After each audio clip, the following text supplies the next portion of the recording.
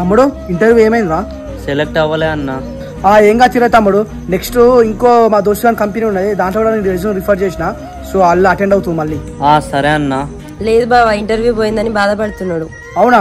ఎందుకు తమ్ముడు బాధపడతాను? ఇంటర్వ్యూ ఇది కాకపోతే ఇంకొక వచ్చే వరకు ట్రై చేయి, లేకపోతే మన రియల్ ఎస్టేట్ ఉన్నాయి కదా దాంట్లో బిజినెస్ చేసుకుంటూ, అంతేగాని ఎందుకు బాధపడుతున్నావు? సరే అన్న. ఓకే తమ్ముడు, ఇంట్లోకి వెళ్ళి అన్నం తినిపో, నేను బయటకు వెళ్ళి వస్తా. మంచిగా ఉద్యోగం వచ్చి అంటే నీకు పెళ్లి చేస్తాను అనుకున్నా కాదు బిడ్డ. అత్తమ్మ, పెళ్లికున్న జాబ్ కి ఏం సంబంధం? ఉద్యోగం లేకపోతే పిల్లని ఎవరు ఇస్తారు కోడలా? అత్తమ్మ, జాబ్ లో ఆస్తులు అవన్నీ చూసి వచ్చిన వాళ్ళు అవి ఉన్న రోజులు ఉంటారు. అదే మనల్ని ప్రేమించిన వాళ్ళని పెళ్లి చేసుకుంటే జీవితాంతం హ్యాపీగా ఉండొచ్చు.